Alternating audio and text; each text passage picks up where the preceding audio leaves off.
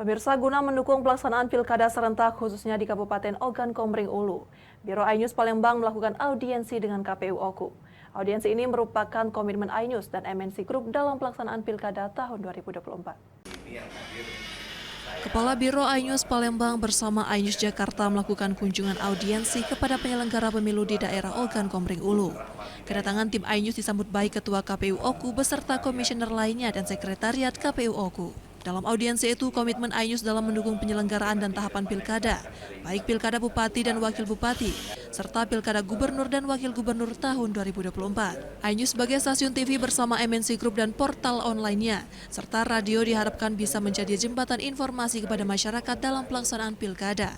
MNC Group sebagai salah satu media terbesar dan memiliki jangkauan luas menjadi salah satu cara efektif untuk menginformasikan tahapan pemilu serta pengenalan bakal calon pilkada. KPU Oku sendiri mengaku siap bekerja sama dengan iNews TV sebagai salah satu media informasi yang tentu dibutuhkan oleh penyelenggara dalam penyampaian kepada masyarakat. Terkait tahapan yang akan kita laksanakan sampai dengan akhir tahun ini, kebetulan juga pada poin audiensi tadi ada beberapa yang sudah kita bahas, salah satunya terkait dengan kerjasama untuk sosialisasi mulai dari kampanye, debat, dan iklan terkait sosialisasi pilkada. Pada dasarnya kita berkunjung ke KPU Oku itu untuk membantu menyemarakan dalam pilkada serentak se-Indonesia nanti, khususnya juga di Kabupaten Oku.